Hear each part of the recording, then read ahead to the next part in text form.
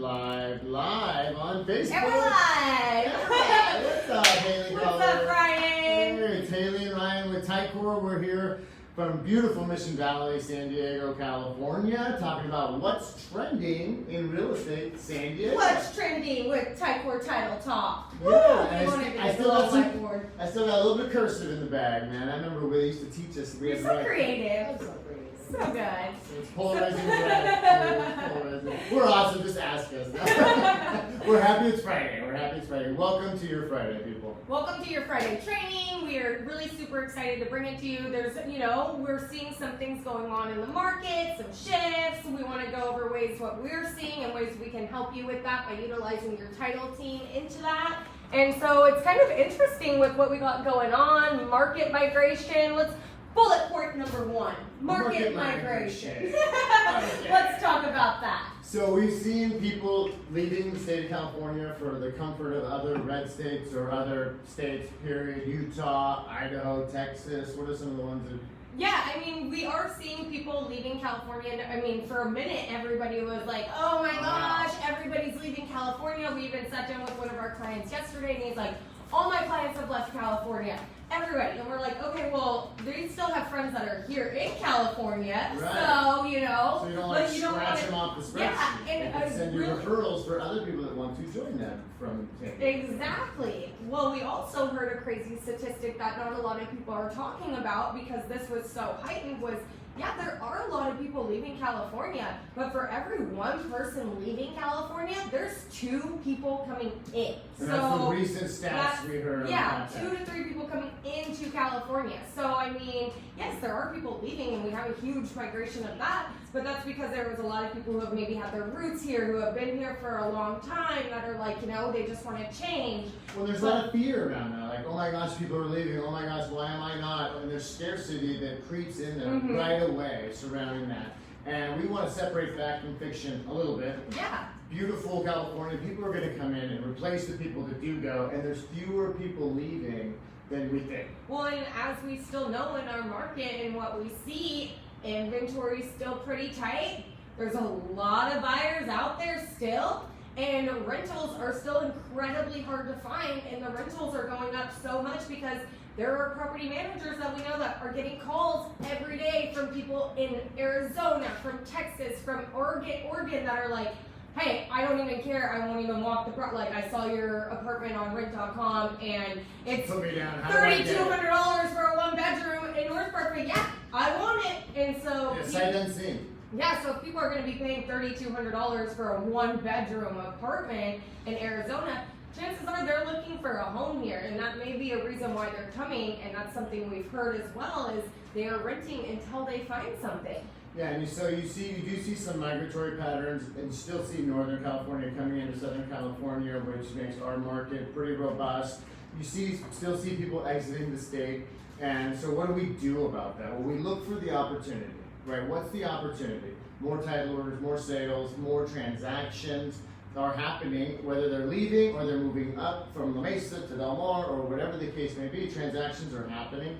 And with that upwelling of rental demand and therefore rents going up, then people are like, man, I might as well just buy.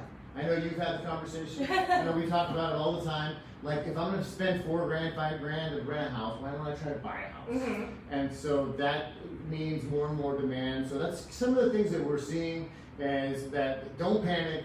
Don't freak out. It's still San Diego. It's still California. People want to be here. It's still the most beautiful city. I mean, you look around at other cities and yes, places are gorgeous, but let me tell you, Ryan and I, we travel a lot and we fly into San Diego a lot, and a lot of times when I fly back into San Diego, the pilot always says, we're now flying into the most beautiful city. I go to places all over and they're like, you live in San Diego? Like, that's my favorite place to go and visit. And we are so fortunate to live here where it's hard. We kind of have to like peep out a little bit every once in a while and be like, oh crap, we really do live in an awesome city. We can be a tourist almost every day in our own city, you know? It's pretty amazing, and I think we're grateful for it. I think we acknowledge it, and that's, the trick is to make sure you fool yourself into being grateful by going somewhere else and then coming back and you're like, whoa, this place really is rad. So I mean, I could probably stay on the Bahamas or something if I didn't have a job or something. You know, if I was like, oh, I could probably kick in there if it was a different life.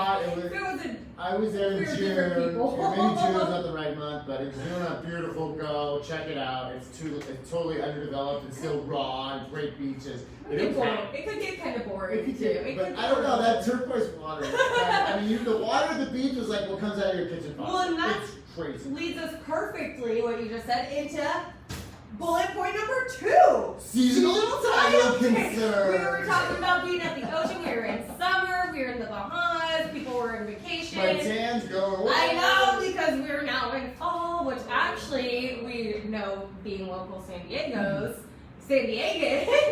Local San Diegans, that our local summer really is right now, September and October. I mean, Locals end of only. August, it gets really hot. And it's been hot until right up until like today. Yep, it kind of was cooled kind down. of cool breath of fresh air. Oh, and isn't it? Oh no, the 22nd was the first day of fall. I was like, that would be pretty cool. It was actually cool today, but no, 2 days ago, and it was really hot. Also But that leads us into the seasonal changes of title and kind of what's going on and what we're seeing. You know, people are back in school, summer, holidays, all that kind of stuff. So what does that mean? What does that mean for settlement services, for title, for escrow, for real estate? One of the things we're doing is we're helping, we talked about property profiles last time and how you can communicate with your client on their subject property by sending a PDF, sending a hard copy. Another thing like an oil change or like changing the filters in your air conditioning or your heater, like those seasonal things you do. And one of the things you can do is check for fraudulent deeds. Because if you're up at 2 a.m. for whatever reason, there's these infomercials that we have clients asking us about people stealing their property by recording some kind of a fraudulent deed.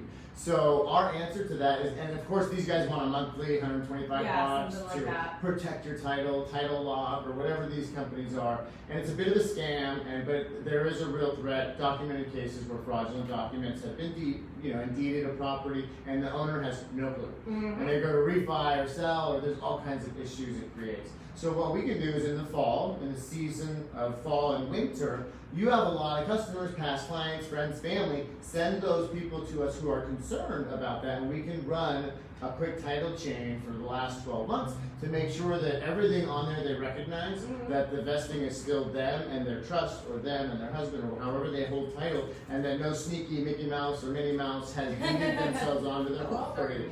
So it's becoming more and more frequent. We just wanted to answer that. And why is it seasonal? Because you can time block and put a calendar event in October 1st, and every October 1st in perpetuity, you can have a list of customers that we can run and do a quick title check for them. Or, like a great Christmas gift. Like, here, I'm just assuring you that you still own your property. Here's all your updates.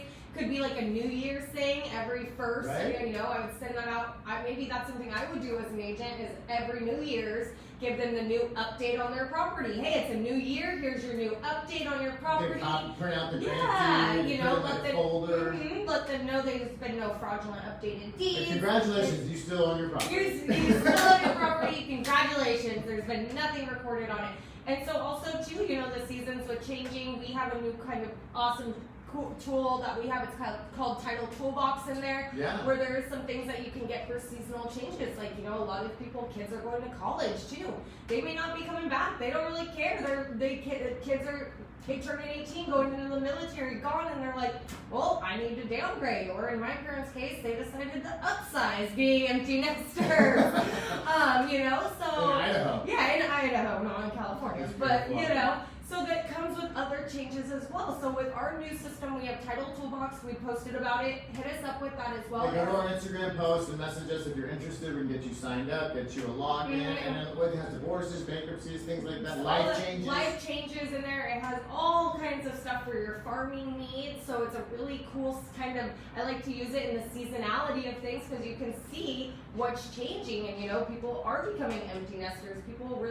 People are still moving. Life changes are still happening. And yes, it may be season of Christmas and holidays and eggnog and turkey and whatever else you want to have, but there are life changes that still occur. You have yearly changes, seasonal changes, and then you have life changes. When people are significant financial, demographic, or life change, then housing usually changes along with it. Right? Most major life changes, whether it's birth, marriage, or empty nesting, and all some of the positive things that happen, or bankruptcy, divorce, these things happen. and that they need housing help when those things do happen. So Title Toolbox is a wonderful resource to help you identify who might be going through those life changes and get your message in front of them. Yeah. So, I mean, that's a great segue to yeah, I was gonna, we're doing great! Oh my gosh, almost like we do this every once in a while. So if I were, what could I apply consistency to? Like if I know who might be going through a life change, or I have all these past clients, what should I be doing consistently? I mean, we've all heard of TOMA. We know top of mind awareness, and so to go deeper with your clients, with those people, there's ways to remain top of mind, but we know that consistent efforts over the long period of time is where you get the results and the success. And we hear it all the time because, you know, we have certain systems and Breakthrough Broker that we use through Fidelity, and there's other things that you can have that give you these platforms to be able to send mailers or something like that, and they do it, and they're like, oh, I didn't get anything. I spent $500, you know, I spent $500. I sent them out once, and so consistency. That's not really a consistent effort there. Well, I think that, like, you know, as many of our mentors say, that you need a stack of failures this tall to get a stack of wins this tall, and that comes over having systems and consistent effort. So if you're gonna, I mean, a lot of people, we've had a lot of calls this week of like, oh my gosh, it's gonna be Q4. I really gotta ramp up my numbers. I'd love to finish strong, and then I want to springboard into Q1 of next year. How do I do this? Well, let's start small. Start with what you'll do, and then develop consistency in that habit, right? Because if you develop the habits and the routines, routine will pull you through when discipline fails you, right? Like I know that if I have a routine of getting on and working out, and I have a workout buddy, and I stand a greater chance of adhering to my routine than just jumping out of bed and going for a jog randomly, okay? And that's how a lot of us treat our prospecting. It's just a random jolt of inspiration, and then we have a couple good days, and then we fall back on previous routines, right? That because routines are a powerful thing, right? I mean, what's one of these examples in your life? Like, I know you get up and work out. Yeah, I mean, routine. Every morning I have to walk my dog on the I don't have to walk around the beach, but I am blessed enough and grateful enough that I am able to walk my dog on the beach. But that is a routine for me that every morning, and I have to walk her because she needs to go out. But every morning I'm able to get out, and the first thing that I'm really able to do is put my feet in the sand. Whether I've worked out before, I still have to get her out, and so that routine for me really helps me get into my day, because once I have a better mindset and I'm like, okay, I put my feet in the sand today, I'm ready to go, nothing can really bring me down now, I live in beautiful San Diego, so bring on the prospecting. Exactly, and I mean, now we've identified some people and some reasons to reach out. For us, we bring up and reach out to our customers to say, hey, how's it going? How's your year been? Are you way back in January when you set these goals? How are you measuring up? Yep. What can we do to help with that and to stay top of mind and offer service and value? So what systems can you implement in your business? It's leverage, and that's what we're huge on, is, you know, making sure your systems just give you the opportunity to have more leverage, to go out and sell more and be doing what you do best.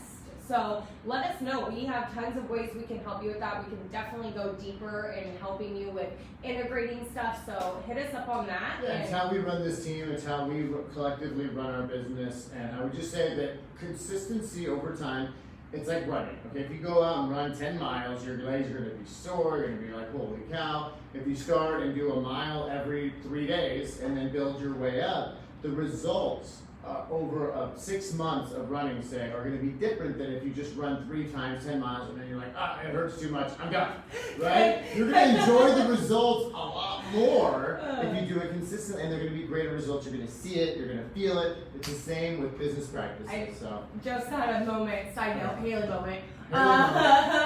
When we were talking about how, like, we wanted to do, I saw a half marathon in Carlsbad, and I was so motivated for, like, one day. I was like, yeah, let's do this.